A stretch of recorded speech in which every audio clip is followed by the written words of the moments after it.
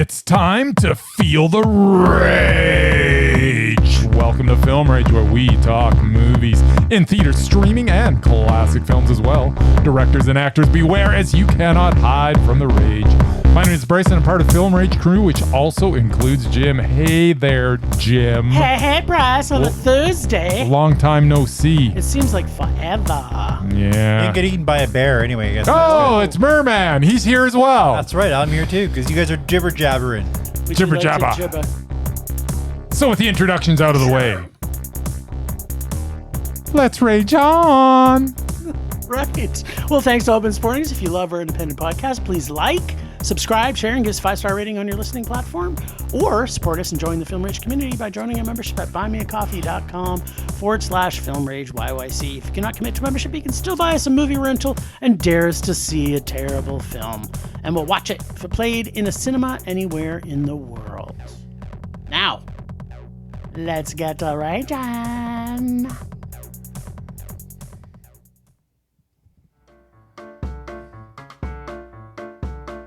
What amazing moment? Predict. What amazing moment? Predict. Will he predict the rage or will he predict the mondo? Will he tell us all where Jim and Bryce are at the Movies. Better watch out, kids, cause here he comes. He's coming swimming to you. You and you. Swim, Murray, swim, Murray. Swim, Murray, swim. Swim, Murray, swim, Murray. Swim, Murray, swim. Swim all the way to our hearts, our little rageful hearts. Okay, well, rumor is it you guys saw 4 movies. 4 movies. Although not together. None together. I only saw 3. Oh. So there. Well, I'm guessing I know the one he didn't see. That's it. We're done. Podcast's over. We don't need him. Murray. Okay.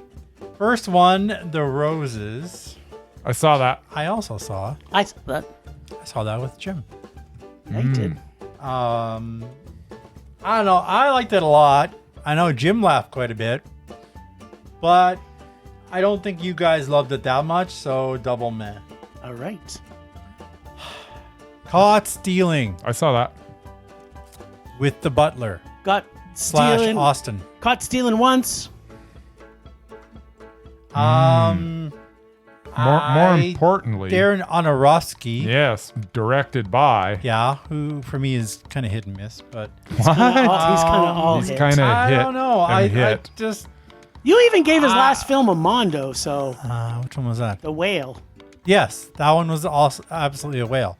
Some of the other And a mondo. Mondo. Some of the other ones not so much. Anyway, I think just because of the plot and some of this, it's a kind of a heist action type movie. I'm gonna go double rage. Okay. Double rage. Yes, And Wow. he did see this one too, Bryce. I did see that one as well.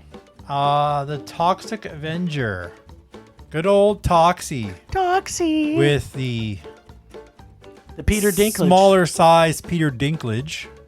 Same size Peter Dinklage as he normally is. Yeah, he's always playing the a same character size. who is usually, well, he's a superhero and usually he's larger than life. So, I don't he know. can't be a superhero. I don't know because how he's- that worked I don't- out, to be honest. He was super in the he was- Game of Thrones. Yeah, I don't understand what you're getting I at. think you guys probably double mondoed that one, All right. and I'm glad I missed it.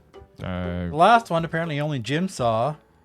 Loathe Thy Neighbor. Yeah. I You saw can the have that trailer and it made me angry because Yeah. it looked so stupid.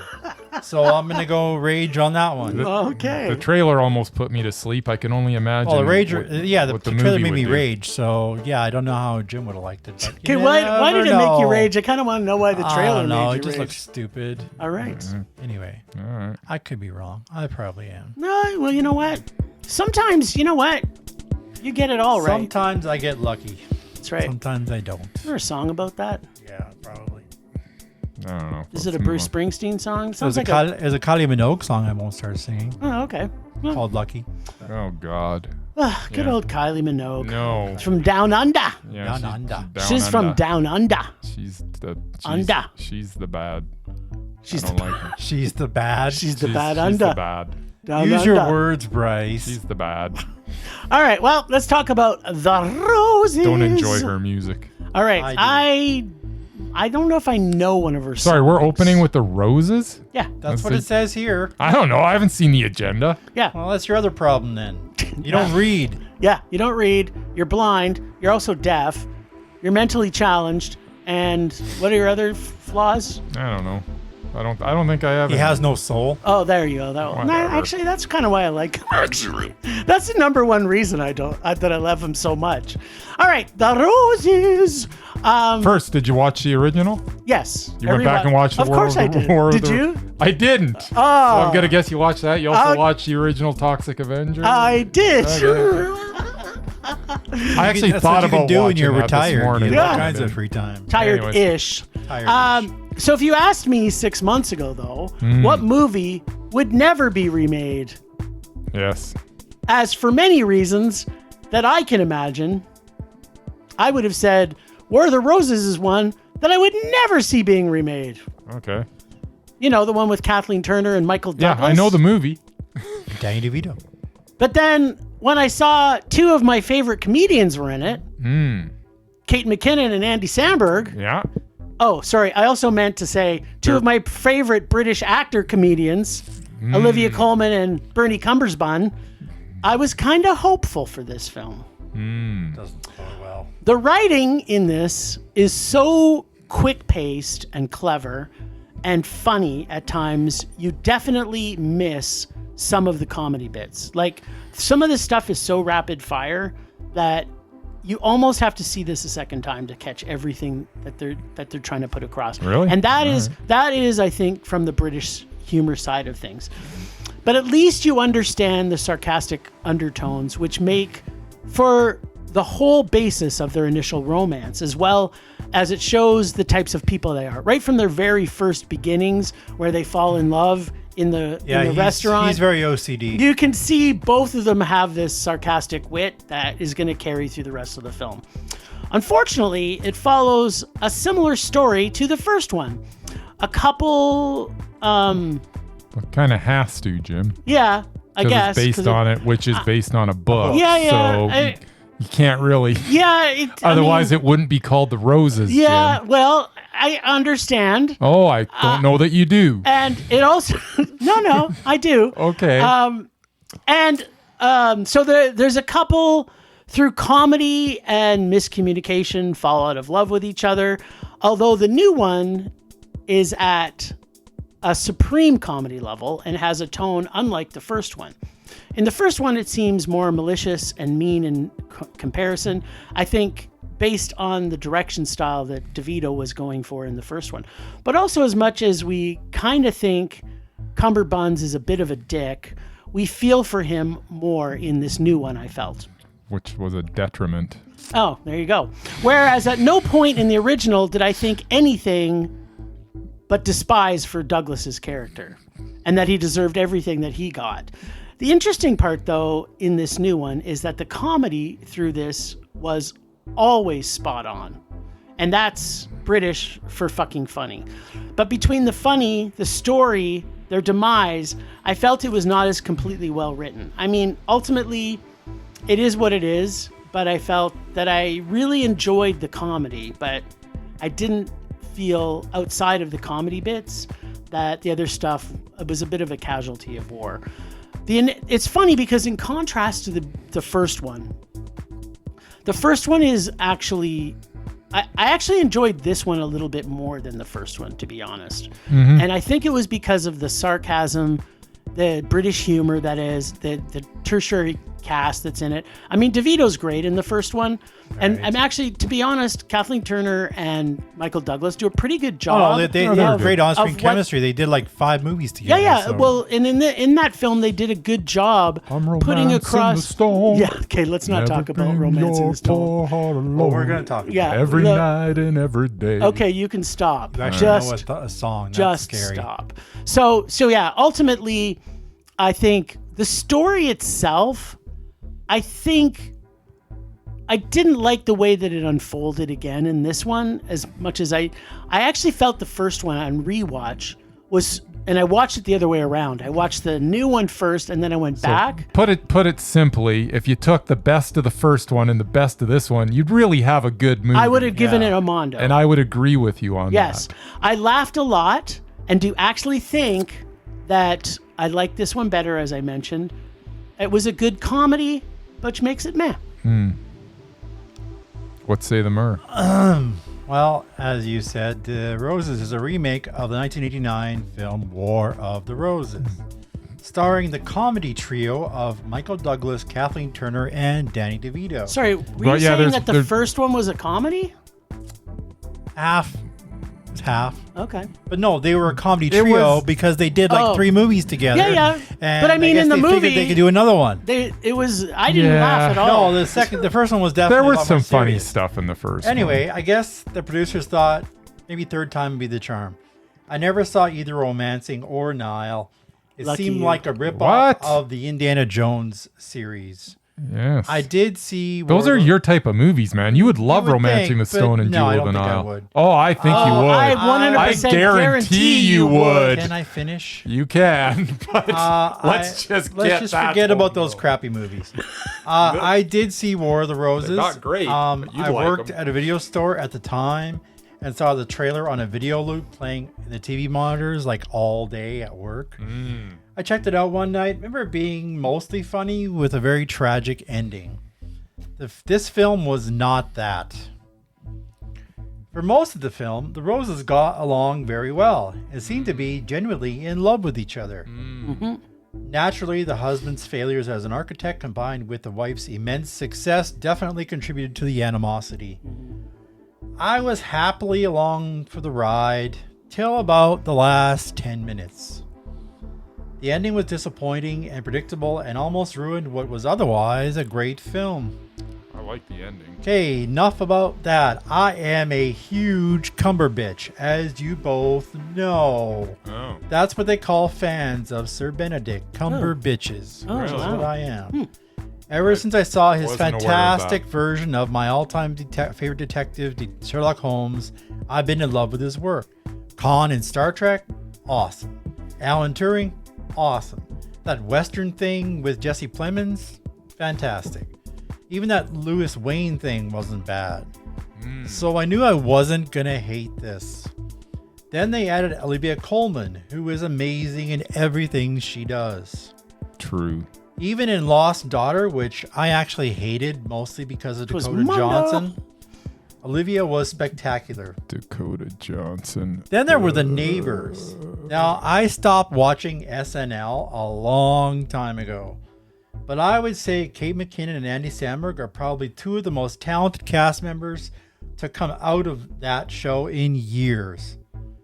Every single scene they were in, I laughed my ass off. Yeah, they were funny. They were simply a joy to watch.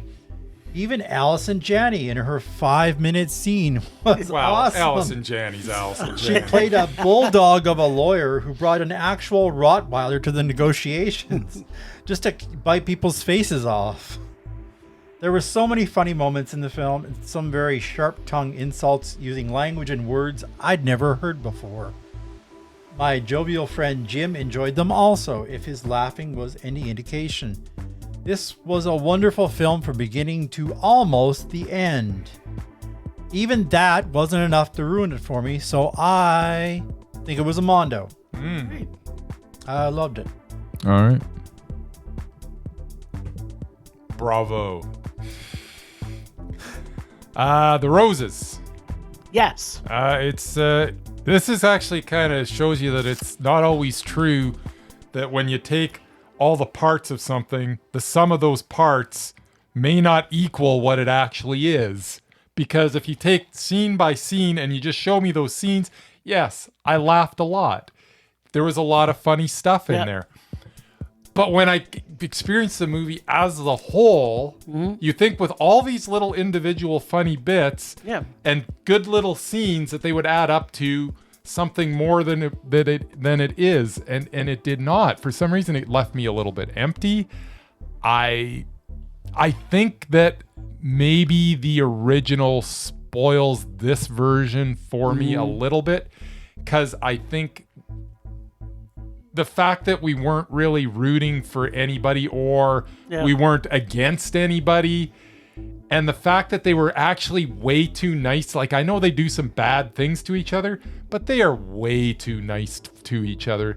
The original was a very dark movie. Oh, yeah, no, they were. You could have had all the funny and still have the darkness, and I think it would have made a better movie. But I think what they did do in this one, though, was which I thought, like, on rewatching the first one, by the time we get to the end when they're on top of the chandelier together. Yeah. Oh, in the first one, In the first one. Like, Kathleen Turner has said multiple times, "I hate your fucking guts," and from the beginning of the movie, throughout Michael the whole Douglas movie, is so horrible. You absolutely hate his fucking guts. Yeah. In this, what I thought they did better than that one was that you didn't hate their fucking guts, and you could see that Olivia Colman's character actually did still love him. And I think at the end, when you have some closure to that whole relationship, that part I bought more. In the Roar of the Roses one, the very first one, I didn't buy that, she was ever... Didn't they make up right before the chandelier fell or something? Yes, they do. And that's what's so annoying about the first one,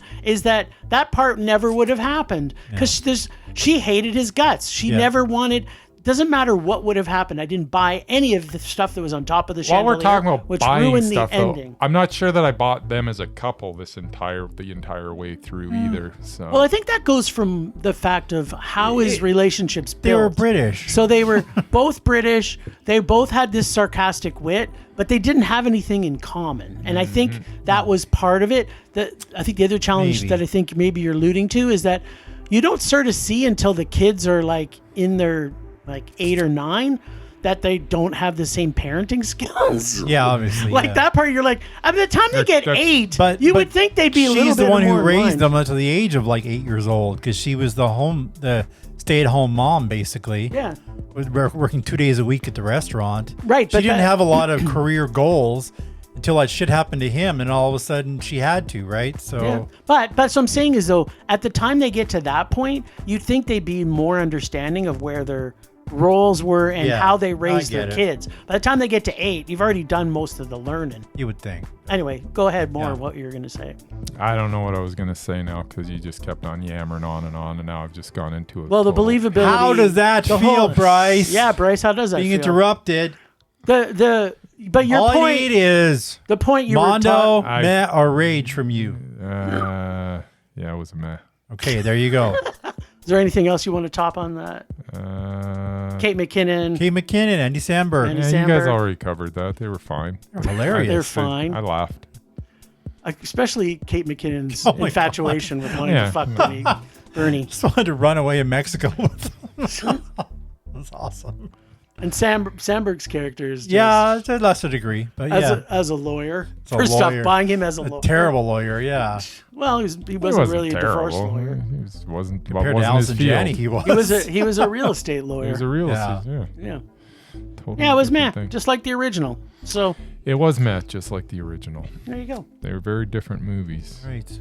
One was a comedy and the other one was a dark. Yeah, the other one was funny too. I don't know. I didn't laugh at all. Really? I need to watch it again. It was super dark. No, I know it was super when they're dark. throwing shit at each other in the first one, I laughed. The characters were already too unlikable. I didn't like either. That's what I liked about it. Yeah, I didn't like. But I liked how they were just ripping the house apart, throwing stuff at each other. That was kind of funny. I liked until it got serious. But in this one, I didn't really care much if they stayed apart or were together. I mean, what it's like one of those ones, like, what difference does it make? I mean, I know we're going through this journey with them, but at the end of it, it's like, I don't care if they're together or not. Well, and that, you know what? I think that's the problem with both of them. That's the thing I'm thinking is that you're saying you like the fact that they're unlikable. You have to cheer for somebody if you want them to stay together. Otherwise, I just wanted to see them murder each other in different funny ways. Like, if it could have had the Toxic Avenger mixed in with this, and they were just, bludgeoning each other's hands off and stuff. The only thing that really bothered me is, that fancy table that he had with the dagger in it from the Spanish Inquisition. I saw him save it before something crashed down on it, but he never freaking used it. Like, where did that dagger go? I thought he was gonna like stab her with I it. think he stuck I was it up about his to butt. make a comment about the furniture. Yeah. And then I remembered that I'm thinking of a different movie. Oh. There you So go. I'm not going to make the comment now because otherwise I would look foolish because I'm actually talking about a we don't completely want different that, movie. do Yeah, that's good. You've never looked foolish. So that's Exactly. So I just saved yourself. face. All right, Up high! let's move on. Apparently, Bryce has things to do. All right. Yeah. We've got bookings to do. I got so much He's to got do. sport and stuff to do. I got more stuff to do than you can And he's got imagine. time to do it. So stop talking. It's true. I wish I could Clone yourself. take the next 2 years off Clone from work. himself. Clone of Bryce. That's scary. Yeah, I do. I need like that about your Michael horror that movie. Michael Keaton movie, Multiplicity. Because even if you get a lesser version of me, it's still gonna be awesome. Yeah. Wanted to take the dog out for a walk. Yeah. Okay. So we're going to start talking about caught stealing. Yes. So, what do you expect when you see a Darren Aronofsky film? Crazy shit. Aronofsky. Darren. Didn't I say that? Aronofsky. I think I said that. Aronofsky. You expect to see amazing characters. Darren Aronofsky. Aronofsky. Okay. All right. Amazing characters that are deep and well developed. It doesn't matter what the genre is. In this one, we have a gangster flick as the backdrop for a redemption story. Kind of. Done with a kick-ass period piece soundtrack. The more I am seeing Austin Butler, I am slowly feeling he gains more and more talent with each movie he's in. I would Although, agree. with a director like Darren Aronofsky, who can bring the best out of everyone. I mean, he made Brendan Fraser get an Oscar. That's right. So if someone could make probably one of the least talented dramatic Didn't he actors beat Austin Butler? ever. I'll be talking about that next week. All right. About well, someone else. oh, Okay then. that's interesting. Just dropping the guess. teasers. It is a teaser. Nice. Stay tuned for more. Because there's somebody next week that is. Anyways, doesn't matter. Go on. Yeah. So anyway, if Darren Aronofsky can get Brendan Fraser an It's Oscar, Dakota Johnson. It's about the Dwayne. No, it's about Splitsville. How about you That's see- we'll be seeing that next week. that we're Johnson. seeing that next week. I've already seen it. You're seeing Oh, that next you're week. terrible. Okay, so Going to movies we're not supposed to. yeah. No, well, not if we're supposed to. We're just gonna anyways.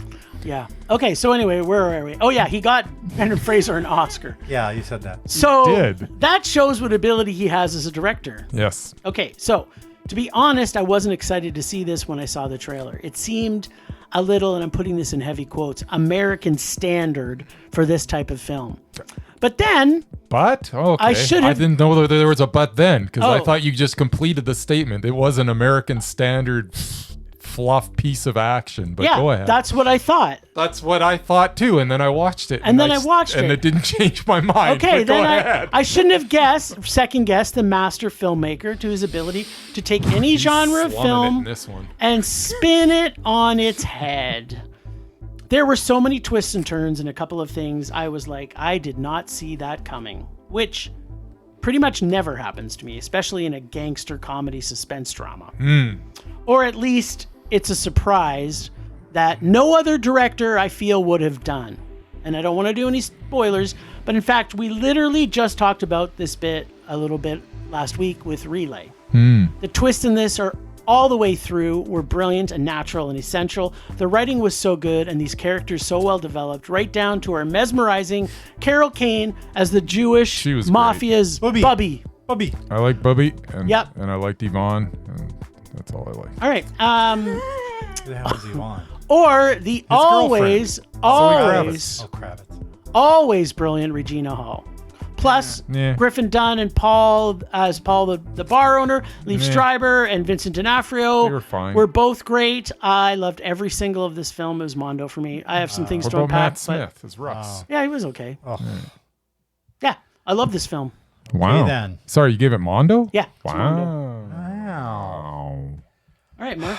Caught stealing. Oh, Mersot. For those people not into sporty sports, What's a sporty is a sport? baseball term. Oh. It's when yes. a guy running the bases tries to go to the next base, and the guy with the ball either throws to the previous base or the next one, and he's out. I thought I And knew it's what it caught meant. stealing. It's a whole baseball theme, which I didn't get, so I saw it. Oh. Yes, it opens up with a little baseball It scene. does. Austin Butler plays a former promising baseball star. Yes, gonna On get his way to drafted the right out of major high school. leagues until he has a few beers and crashes into a telephone pole. Oh, no. Yes, he does. This Hank. is not really giving away much of the plot. It happens really early on. Yes. But it haunts him.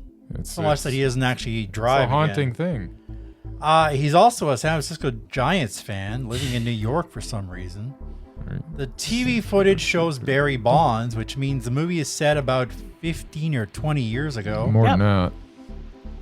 Not that that's important, just FYI. Everything that happens in his life after that event isn't really his fault. It just kind of shapes who he is. This film wasn't nearly as funny as I thought it would be. Like, just watching the trailer, I thought it would be a lot more, not so slapstick, but more comedy in it. Nor did it have enough action. The trailer was very misleading. I thought the big bad Jewish gangsters, played by Liv Schreiber and Vincent D'Onofrio, would play a much bigger role. It played a huge role. At the end, just the sight of those bearded bad you just boys thought they'd be in it running more. down the street made me laugh. Just watching them run down the street with the big beards and the hats, I'm like, that's what sold me to the film. What? But yeah, they were hardly in Okay. it. in it Unfortunately, enough. I did not like much of the rest of this cast. Too many cliche gangster types. Matt Smith in a role so horrible it was cringeworthy. I seriously needed subtitles to understand what the hell he was saying. No. I didn't understand what the hell he's saying, and I've been around British people. Like, I don't know, they laid it on a little too thick, I think. But anyway, he was like one of those, what do you got, like Liverpool, slums of Manchester, ghetto type British people. You mean like With Brad Pitt? the Cockney like, accents. Like Brad Pitt? Oh, it didn't. Yeah, there you go. Well, he was a gypsy. Carol Kane was a nice surprise as the bubby, feeding them matzo ball soup before they started their gang war. Zoe Kravitz, for whatever reason, I just never liked. Oh, she's great. Yeah, I thought she Her was. acting was awful as usual. No, it wasn't. The story, as predictable as it was fairly well done. Of course, there's the typical Hollywood ending, which even I didn't like. Okay, here's the biggest problem I had with I don't this even film. remember the ending. The inciting incident. Saw it yesterday. That's a creative writing term. Inciting incident. Was Butler's character getting drunk behind the wheel and hitting a pole. Growing up with people in my life who like to drink and drive, I know that even drunk drivers are capable of avoiding stationary objects. Well, he In that was- scene, there was a pole in the middle of the field and 50 feet of clearing on either side, and he doesn't even try to swerve. yeah, maybe. That I had maybe, a huge problem with pretty much the whole film because maybe, it was Maybe he insulting my self-sabotaged intelligence. himself. No, I don't think he did. Okay. Anyway, it bothered me the whole film. And then something similar happened towards the end. As much as I like Austin Butler, and for that matter, Darren Aronofsky's films in general, this was a small step above a rage. Low, man. I did not like it. Yeah, when I go into a Darren Aronofsky film, I have a certain expectation, and that's always going to hurt him if he makes something as average as this.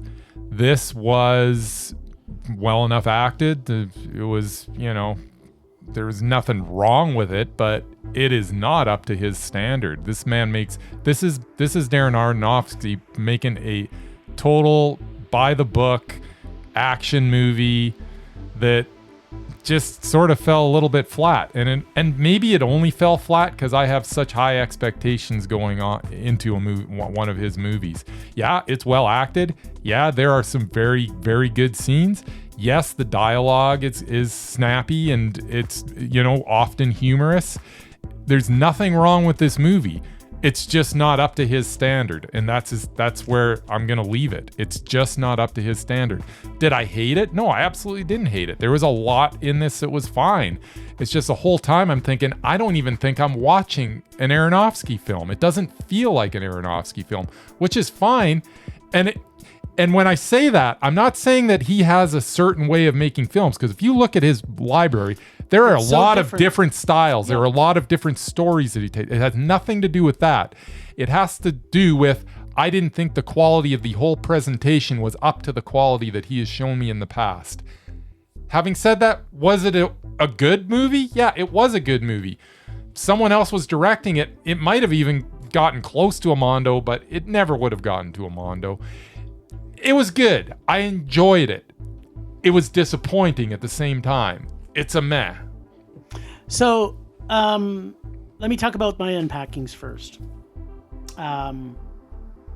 I didn't think that the characters were deep and well developed. I thought the characters. I thought the characters were very well developed. I think everybody else, you knew exactly who they were. He painted each picture exactly the character, even though some of them were, as Murray had already alluded, that they're kind of like the atypical character for that particular thing. Russian how mobster. many? Yeah, Okay, but how many times have you seen? It just ticks the boxes. How Jim. many times have you seen Hebrew gangsters? No, those are that was the only That's what I'm really saying. So that was the ingenious part of the what film. That's the part I Aronofsky enjoyed. does is he takes things that are classic, normal.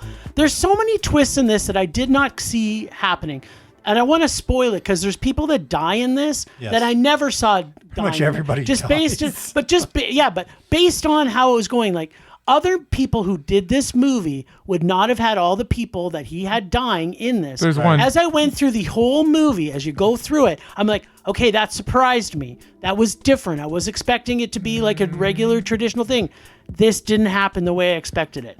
That thing on the train with Russ did not see that happen. There was one. There's one big one. There's one but that big shakes one. you. But that shakes you from the very beginning of the film.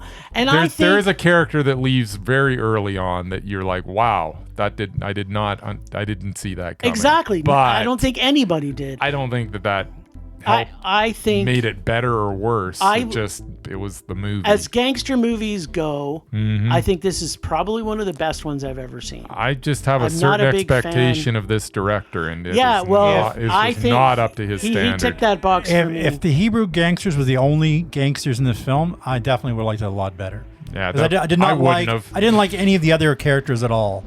None of the Russian guys, the guy who spoke I liked Spanish everything. for some reason. They were all horrible characters. Yeah, but they're supposed to be horrible. No, I mean characters. horribly done characters. No, I thought they were all great. I like won't the little agree with. bald guy. The little bald guy little that bald was a guy was great. sociopath. He Yeah, was whatever. fantastic. The big bald guy that kept him in check. Yeah. His character. I thought. No, you know what? I'm gonna say it. This Seen is it in a my million top times. 5 favorite gangster movies of all time. So Wow. try and convince me of one that's better. It was good. It wasn't great. It was Mondo. All right. There you go. Toxie's back, baby. How many movies is that for Aronofsky, by the way? I don't know. Dozen. No, he hasn't made that many. He's written a lot. Yeah, but he hasn't directed. I'll just find out while he's Oh. talking. He's done like The one- 6 or 7, I think. The one other thing I wanted to unpack Yes. was we saw another movie with an awesome cat in it. There was a cat in this one. There was And a cat in it. the difference between this one and the last cat we got, I don't think this cat was CGI at all. I thought it was all an actor. Cactor. Wasn't? Oh, I'm no. pretty okay. sure it was a Gets the cactor. shit So no, out so of there's him, so- yeah. We watched 2 movies with cats According in it to this this, week, and I'm now he- mixing those up in my head. According to this, he's directed 10 films. No, was it he was it hasn't. films Yes, or because he's features, done? feature films. No, he 10. hasn't. It says 10. He's Well, you know what? been- We're not talking about it now. We'll take this I'm offline. just saying, according to this We're list, taking this there's offline. I 10. think. Does it say director by every single one? Yes. Okay, well, I again, filtered by director. again, There's we're 10. taking this offline. Just saying, we're you not asked- listing out Aronofsky's You asked films. the question. We and can talk I about him on the answered it. lists next week. Right. All right. So, Toxie. He's back. It's a trauma film with a bit of spit and polish on it. Lots is different than the original in this, including the fact there is no love interest in this. In this, we have a loving widower stepdad, and he was a man who was doing the best he could for his stepson instead of a young teenager working at the gym. But the heart of this film is pretty similar to the original, in that Toxie is kicking ass for justice and wanting a better world. I'm guessing, although let me kind of rephrase that. In Toxic Avenger, the original, that's a big part about what the film is about. In this one, it's kind of just sprinkled in there. I don't think Peter Dinklage's character wasn't motivated as that as his major motivator. His major motivator was making sure his kid was okay, which is a completely different direction of the film. It is. I'm guessing this is probably the biggest budget with definitely the most talented cast of actors ever in a trauma film. As we get our mesmerizing Peter Dinklage and my main creep crush at his absolute creepiest and crushiest, Elijah motherfucking Wood in this. Oh yeah, I forgot he was in that. And finally, one of the most viewed favorites from 2025 so far that isn't Paul Walter Hauser is Sarah Niles, who seems to be in almost as many films as him this year. Yeah, I mean, how what many an films odd role. I know. It's like she she's popped up and I'm pops like, in. what? And then it's like... I wasn't disappointed to see her. She wasn't in it enough, though. I know. Man. But yeah. There was a lot of people in this that weren't in it enough. Yeah. So, like most trauma films, though, this has that writing style that is trying to be funny, and when it hits, it really hits. But when it doesn't, it's eye-rollingly bad. I mean, the original of this was not one, again, that I ever thought needed a remake. But having the cast they did, I can say I'm glad this cast was in it. The story is a lot more complex and at times convoluted than the first one. That's what made the first one simple. He just was fighting for justice and kicking ass and punching dicks. The fake gore was fun some of the times. I wish we did get more practical effects in this instead of the awful CGI fest that we got in this. There's a lot of CGI. And it's bad. Like, the CGI in this is horrible. I think it's almost intentionally horrible, but I know, just do it practical if that's how you're going to do it. Yeah, if you did the same thing practical, it wouldn't have cost you that much because you don't... I mean, trauma it's a does Toxic that. Avenger. You don't need it to look... No. In fact, the worse it looks, the better it is. Yes. But not if it's CGI. No. So no. anyways, go ahead. Yeah, no. So we're obviously both on the same page. Yeah. It actually kind of felt draggy in the middle of this. And although I still love the original and all its campiness, this one had its charms, but in a different way. All the inside jokes for trauma fans were in this, like, for example, St. Roma's Village, which when the lights burn out smells Traumaville. Yeah. Elijah Wood, in my opinion, as he always does, stole the show from every single person that came into his orbit, including Peter Dinklage. And we may have to talk about that on the lists. Yeah, I was going to say, why isn't he on your list? Because I don't know if Bryce thinks Elijah Wood is as mesmerizing as I do. I thought you both did. No, he's my creepiest creep crush that know. I've ever creeped I know. on. So yeah. Anyway, we're going to talk about that next week, apparently. As I would normally say with a trauma film, you could polish a turd, but it's still a turd. In this case, the original wasn't a turd because it was fun and a lot of the adventure, even though the connections of the scenes don't always make sense. I think there is a reason that this was completed in 2023 and hasn't been released till 2025. Yeah, I don't know 2 what years that. ago, yeah. I don't know what that is. I am never completely satisfied with a trauma film because they usually are going for shock value. They're too weird for me. Well, I don't find them weird, but I do. I find they're always kind of going for some form of shock value. Yeah, they definitely. Which is fine. Yeah, but they have to back it up with... I think this one needed to go for more shock value, Yes, to be honest. I would agree. And it had a little bit of the absurdity and the charm that had... I wish it kind of had the right balance of gore and fun. This remake had a similar thing, but it's still a trauma film, so it gets a meh. There was some I think things my that I liked. rage this week is going to be you saying trauma instead of trauma. Over and Whatever. over again. It's traumatizing me. It's trauma. It was I know that. it was traumatizing me. You keep on saying traumatized trauma. It's trauma. It traumatized him. Well, it traumatized That's not going to me. be my rage, but it's awfully close if you Awfully keep it up. I'm gonna say trauma one more time because of how I felt. So some of the things I did really like about this.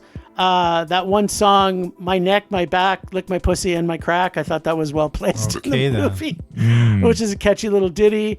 Chud Haven, Chud Haven was hilarious, and the rooster-headed bad guy who had the baby head was totally funny. There's a lot of funny, and it's a lot of fun, a lot of good, a lot of laughs. Yeah, it was meh. It was, yeah. Yeah, I mean, I don't disagree with anything you've said other than your pronunciation of trauma. Okay, so were you traumatized by this? I wasn't traumatized by this. It was fun. It was a good time. Was it necessary? No, it wasn't necessary. Do I wish that they could have just turfed the CGI? I mean, part of Trauma's charm is that there's basically no CGI in any of it. And it all looks like rubber, and it all looks kind of dumb. And you know what? That's what they were kind of going for with their CGI too. It wasn't like they were trying to make it look like super realistic or anything. No. They were trying to go for the gore laugh, which is cool. I'm fine with the gore laugh, where something's just all practical. With something super juicy and practical. It's great. Yes. This was like it's just too much CGI. It's like you're taking what makes these films, you know, so close to my heart. The fact that they feel like, you know, I could make them, and you're turning it on its head by throwing in a bunch of CGI and whatnot, which didn't need to be done, because there was a little bit of practical in it. Just whoever you had hired doing that, just do the rest of it.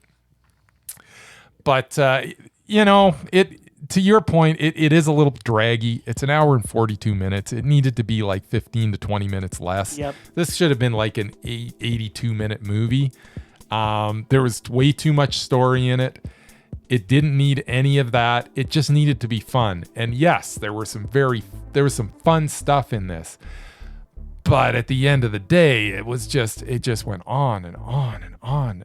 I enjoyed a lot of it, and I laughed hard a couple of times, like legit hard a couple of times. Like, I can't say that I didn't like this movie, because I had too good a time. I just wish that it was a little bit shorter, a little bit tighter, and I wish there was, like, you know, they needed to just turf the CGI, because that's part of the trauma charm is the practical effects. And when you take that out, you take the heart out of the film. And that's what happened here. Now, having said that, stay for the post-credit scene. You get to learn how to make a grilled cheese sandwich, and it's freaking awesome.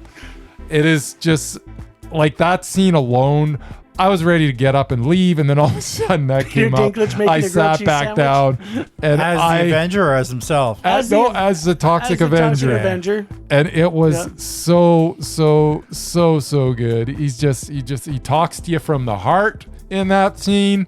He's someone who loves his grilled cheese sandwich. He's speaking directly to you. Of course, I'm gonna make mine with some nice vegan cheese. I really like that BioLife vegan cheese. It's actually really good.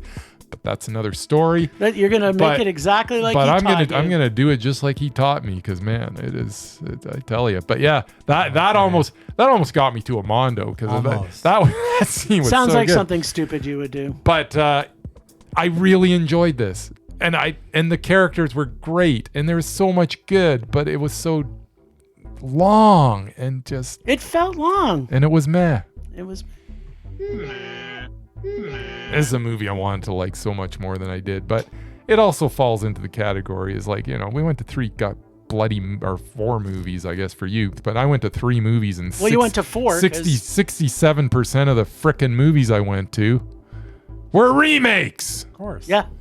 And then you also saw a movie we're supposed to be seeing next week. Which we can't talk about. Yeah. Well, no, it's neither here nor there. Okay, can we please talk about the fact that Elijah Wood was the best thing in this movie? I don't agree. Well, you're wrong. Yeah, okay. I've never seen him more creepy. I actually thought that the best thing, if I'm being honest, the best thing in this movie was Taylor Page as JJ. She was good. She was the best thing in this. No, Elijah Wood was. But everybody was good in it, though. I mean, you know, Peter Dinklage couldn't have done any more with the role. Kevin Bacon was hilarious. Kevin Bacon was the baconiest he's ever been. He was the bacon. Sure. Yeah, I tell you. And, well, normally when he's the bacon, I'm not a fan of him. But he was the baconiest. I would have gone to see it for him alone. Hey, he was extra crispy bacon. But I already saw 2 movies, and that's pretty much my limit. He was almost. I would have seen it just for him. He was almost vegan quality bacon. All right, he is almost vegan. Let's hear about this other movie that I saw a preview for and then saw some stupid little behind the scenes thing before one of the movies. Yeah, saw and then I had no time. I was in BC between Thursday and Monday night. When was I going to see this movie? Well, today's Tuesday? Thursday. Wednesday? Wednesday. I worked Tuesday. I went to a movie Calling Tuesday sick. night. You've done that before? Apparently you're not as I dedicated have to this never. podcast. By the as way, you that used is to a be. lie. Oh, it's I true. have He's never never- done that. He's never called in. Never. I haven't. I know, that's what I'm saying. Have I left early? Yeah. Yes. Have I called in sick? No. That is a complete falsification. Sure. You are a It's true. liar, He's sir. never called in sick. Not to Never. go to a movie. Especially if his apparently bosses he's are not, listening. Apparently I call he's in not. sick when I'm feeling under the weather, Jim. Oh, that's right. Well, okay, let me start off to say, if you would have watched this movie, Yeah. you would have called in sick for the rest of the week. It would have ruined the rest of the week for you. There you go. All right, go ahead. Loathe Thy Neighbor, also known as Yuppie. In fact, if you go look it up on IMDb, Is it which called Bryce Yuppie? would never do, No, but it's IMDb called. is full it's of still- lies. It's still called Yuppie. IMDb And then is it was all called lies. So they've released it into cinemas. Yeah, go ahead. They've released it into cinemas as Loathe Thy Neighbor. Good. That's a good name. But when you look at it on IMDb, it's called Yuppie, and also known as Loathe Thy Neighbor. All right, I'm glad we spent so much time on that. Yep. It's a Canadian film with limited release. Lucky me. So the story of a 20-something man who inherits his father's farm and only his farm if he can live there for a year. Now, where have we heard this idea before? We've heard it a lot, Probably a million times. at least. Maybe There's- 1,000,002. There's a few characters in this, but mostly in this is him, his neighbor, who is a beekeeper, who was recently cheated how on quirky. and abandoned by her husband, plus her daughter. Look, we've talked about a lot of Canadian films and the history of Canadian films on this podcast lately. This film is one that I would consider what Canadian cinema was like through my childhood, and what I think has tarnished Canadian cinema for years. I want to say first, of course, I support artists and directors making films, but directors out there, if you expect me to pay money to see it, it should be better than what I can see for free on CBC, our government-supported TV station. The sound mix The Canadian was horrible. Broadcasting Corporation. The acting was horrible. The writing was horrible. The story was horrible. And pretty much everything about this film was unwatchable. None of the dialogue is natural. Neither is how it's written or its timing and the presentation. Everything about it just seems like they made it on a weekend and then just threw the dialogue together somehow, especially how every character interacts with every other one. This is how I remember Canadian film before we started getting amazing films like 40 Acres and Brother. And although there is some good films coming out of Canada, this is definitely not one. The music was canned. The score was canned. The only redeeming thing in this was the animation clips that they opened and closed the film with. Nothing in this was either funny or interesting, and all the characters are pretty much unlikable. So you're watching like an hour and a half of unlikable characters doing things that make no sense whatsoever based on what they're actually doing. This is going to make my top 5 worst films I've seen this year. For sure. It was a rage. All right. Yeah, And it there's- did It kind not of look- hurts a little it bit did when not you gotta look say good. that about a Canadian Yeah, film. well. but- I know. Because Well- there's been so much good lately. There really has. When your biggest star is Lauren Holly, you're probably It in seems it trouble. started as soon as we started pumping the tires on Canadian film. Yeah, all well, of a they're sudden, not all- we've had like 2 they're not all stinkers in a gems. row. Wasn't one of them a meh, though? Might have been. I don't know. I know I was disappointed. Whatever it was. Yeah. Well, and then we saw you didn't like the Zoo Apocalypse one. No, Which was I an didn't. animated Canadian No, I film. did Is that not. Canadian? Yeah, it There you was. go. Yeah. It was All sad. right. All right then.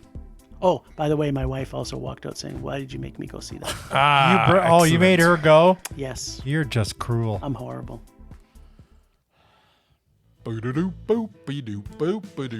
All right, it seems like a lifetime ago now, but last week The Calgary On International Rage Film or Festival Dare? Oh, no. announced this year's festival lineup at a press conference. As part of the media, Film Rage was there. Well, two of us anyway. 2/3 of us. Since Was we're I part- there? No. No. Oh. Since we're part of the media, I feel obliged to share some of the highlights of this lineup with our listeners within driving distance of Calgary who might want to take in some films. I'll try to be brief, but there's like 200 films. And again, most of these, as Jim would tell you, are going to get a wide release at some point, but I don't care. This is about the festival. Opening film is Biff Naked.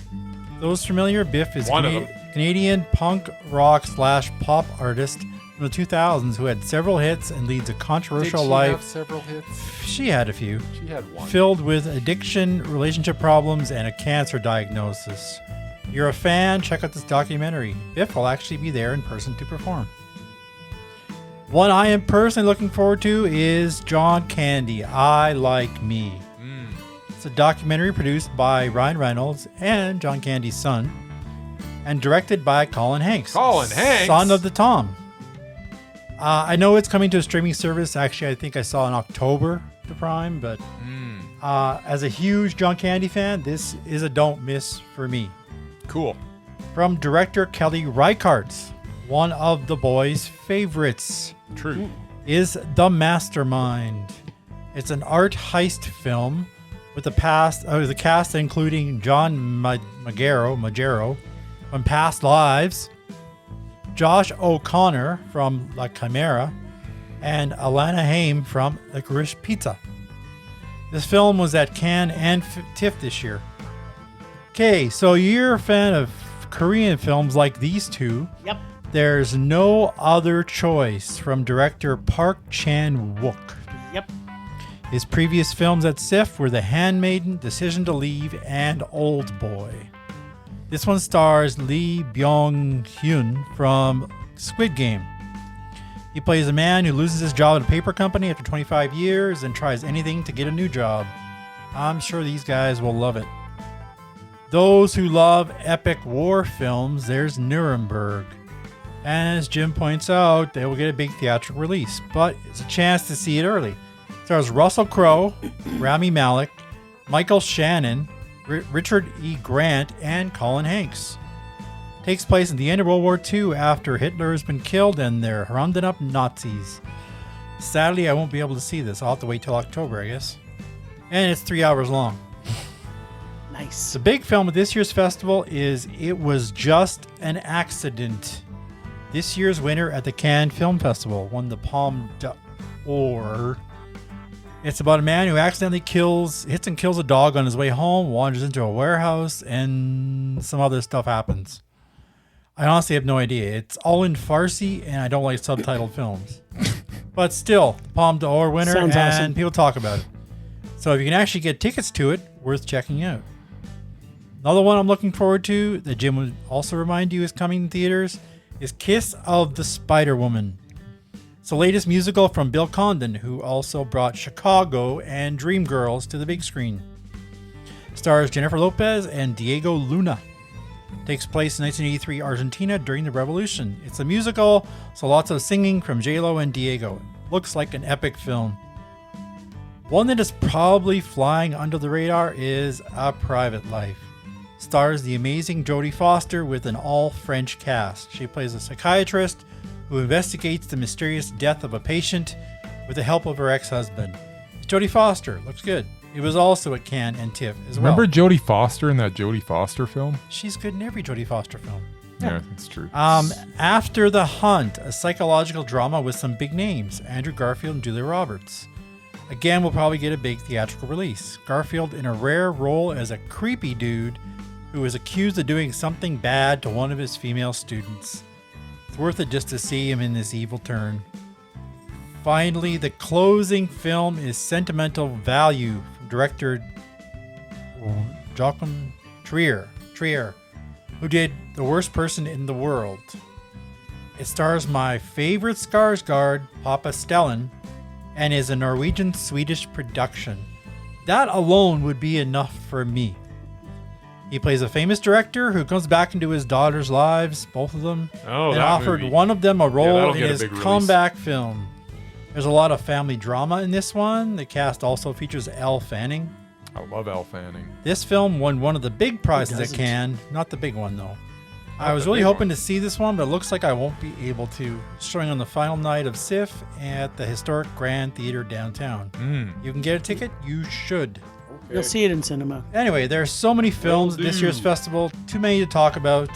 I know these guys will be seeing a lot of smaller independent films that might not get a theatrical release. Maybe you should too.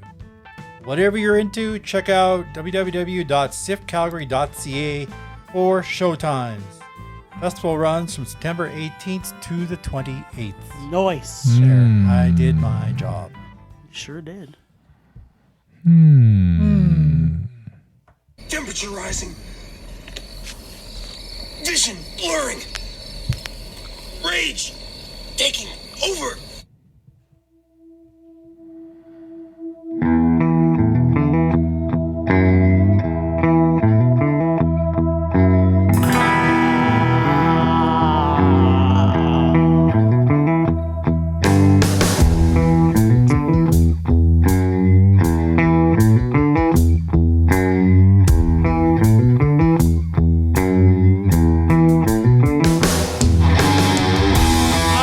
Alrighty, my sweet rage this week is 2 remakes and too much awful CGI in Toxic Avenger. That's my 2. Yeah. I mean, I have They're both good significant rages. more, but yeah, I don't know why I we need. concur. I don't know why we need. We could have had. Imagine putting Well- Olivia Colman and Bernice Cumberbuns into just a straight great comedy with the two of them rapid firing, doing like, My Dinner with Andre style, just insulting each other for an hour and a half. How great that would have been. Would have been fantastic, Jim. Yeah, Okay. it's my rage. I agree Terrible with- CGI in a trauma film, The trauma. traumatizing me. That I You're think was the traumatizing problem, me. is they shouldn't have gone CGI. They should have just gone with the cheesy No, they effects. should have went with the practical effects that makes the trauma cheesy fun. effects, the lower budget.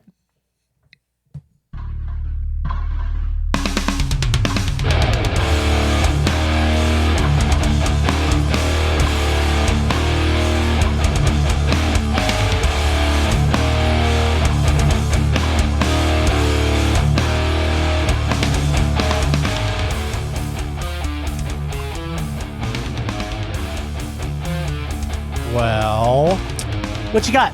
All right.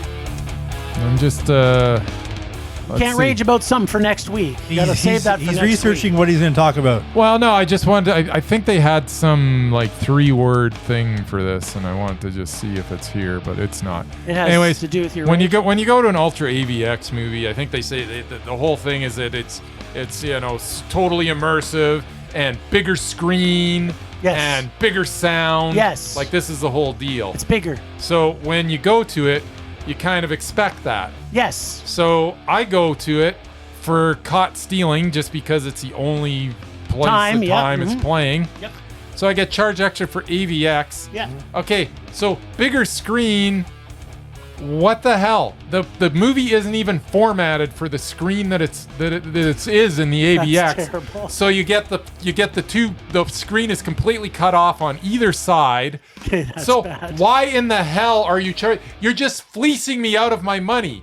This is ridiculous. If you don't have a version of the film that can be put on this bigger screen, shouldn't be You charging should not me. be charging me for Yes. AVX. Yes. Because it's not AVX. Was this at my favorite local cinema? Sure was. It was at Crowfoot. That's right. I was going to go to that one, and then I saw one at a different theater an hour earlier. My God. And I went to that one, and that one now has Freestyle Soda. And I saw it not in AVX. Who has and- Freestyle Soda? Market Did. Mall Market Mall. now has Freestyle Soda. Ah, excellent. That is be my going new more favorite to theater. that. It's smaller. There's only 5 screens, Yeah. but if it's playing something I'm going to see, I'm going to go see it there. Well, it only plays stuff you see, Murray, because it's total 100% mainstream. Yeah, but I could have seen it at Crowfoot. It would have been a shorter drive. But I didn't But want now you get freestyle I didn't want soda. to pay Isn't for the the AVX. freestyle soda worth the drive? It is. I didn't would have use been- it, but I saw it for a normal price. It would have been. At any I saw rate- it for free because of my landmark freebie, but it would Cineplex. have been only $10 at Market Mall. Cineplex, don't fleece me out of more money for you no paid reason. too much for a movie that wasn't worth it. Yeah. So there you And go. you didn't even get freestyle soda. I didn't even get freestyle That's soda. right. So Yeah, you lost. It's total all around. garbage, though. You put AVX and it's not Yes. even on the full screen. Yes. You know what? You should have walked out halfway through and said, "You know Yes. what? Yeah, You this is- charged me for AVX. I No, want from AVX." now on, if I can find it at a cinema that is not AVX, I'm going to go to that one. Well, You know what, here's I the got no problem with AVX, but No, at I least don't want to pay the extra. Yeah. I do. I don't. I I want to do. give them as much money as Not I worth want it. to pay Not IMAX. worth it. I want to see it Ah, in yes. IMAX. I want all the cinemas to transfer into IMAX. IMAX, yes. And every filmmaker make an IMAX, IMAX film. films. Yes. Sure. Okay. then. Exactly. I don't Anyway. care if it's a quiet little drama. Yes. Imagine how It beautiful. has to be an It would IMAX. be so There you beautiful go. in IMAX. Okay, whatever. Marriage Story on Anyway. IMAX. Oh, that would be awesome. Anyway, is that it? That's it. Okay then. That's not enough. Rage subsiding. Pulse slowing. Anger fading.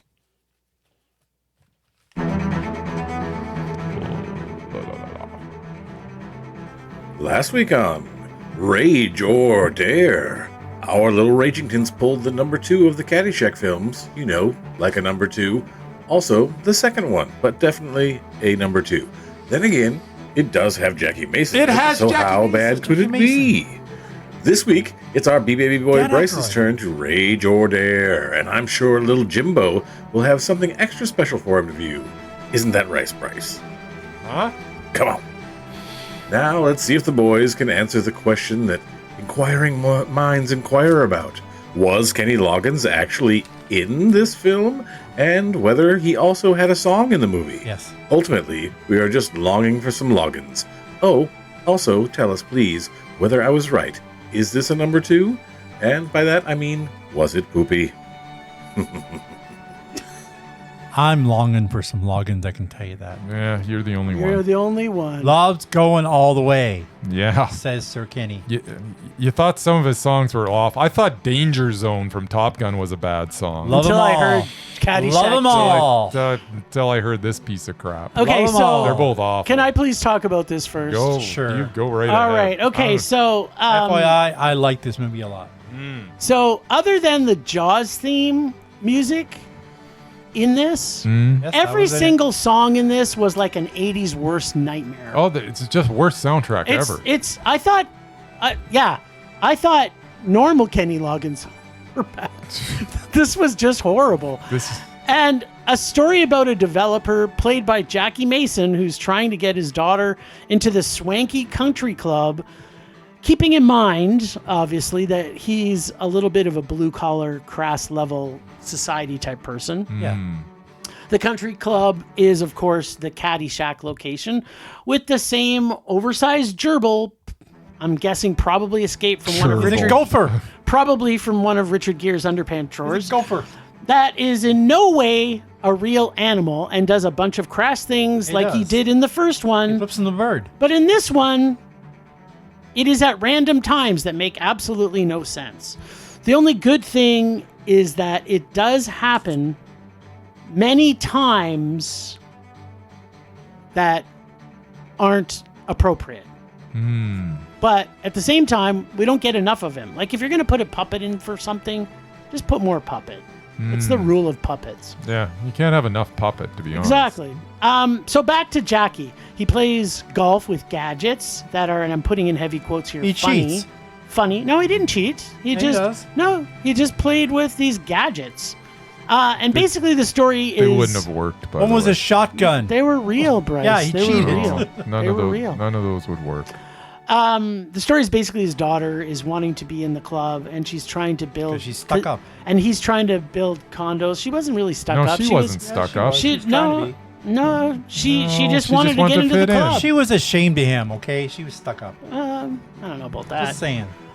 He's not She was a funny. bitch. No, she wasn't. She was. What are you talking? What did movie you- were you watching? Did you watch this movie? Yeah, she was a bitch She was for one of 90% of the film. Did you She was like watch the this- most sympathetic character in it. No, I she understand was why she not. did the things she Yeah, did. she wasn't. I like Jonathan I can't believe Silverman. I'm defending anything in this movie. Yeah. Can I finish? And then you two can talk about her. First off, Jackie Mason isn't funny. The romance between him and Diane Cannon is unbelievable. Yes. The hamster puppet is cute, but we didn't get enough of him.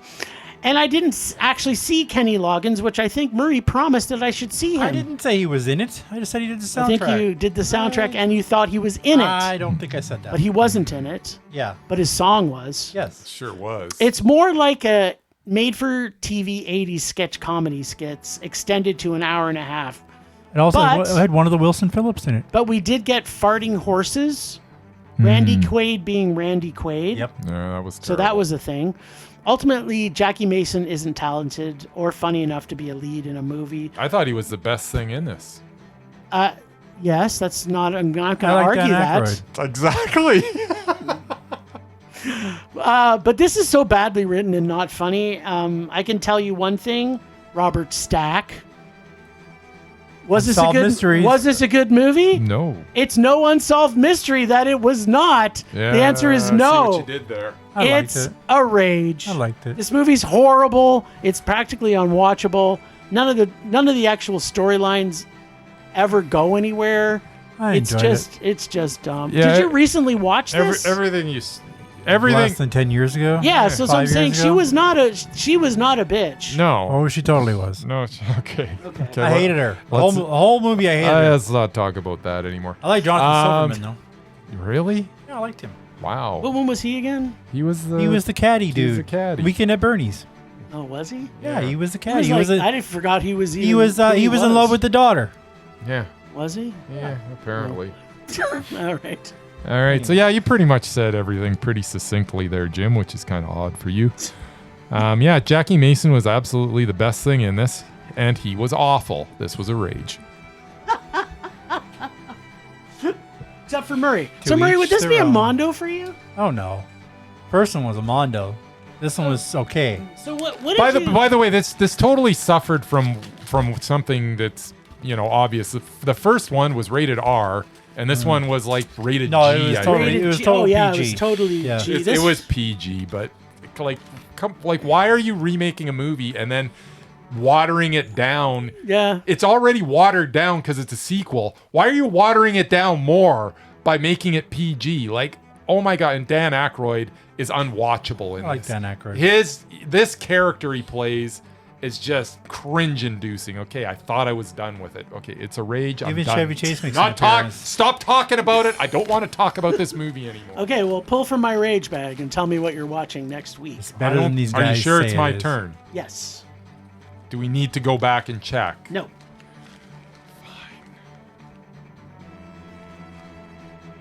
Is this one? Or is it this one? There's a giant one in here. Should probably take the giant one. Is that the one that I put in there recently? No, I don't think so. I thought I crumbled it up, but maybe I didn't. Okay, here, what do I got here?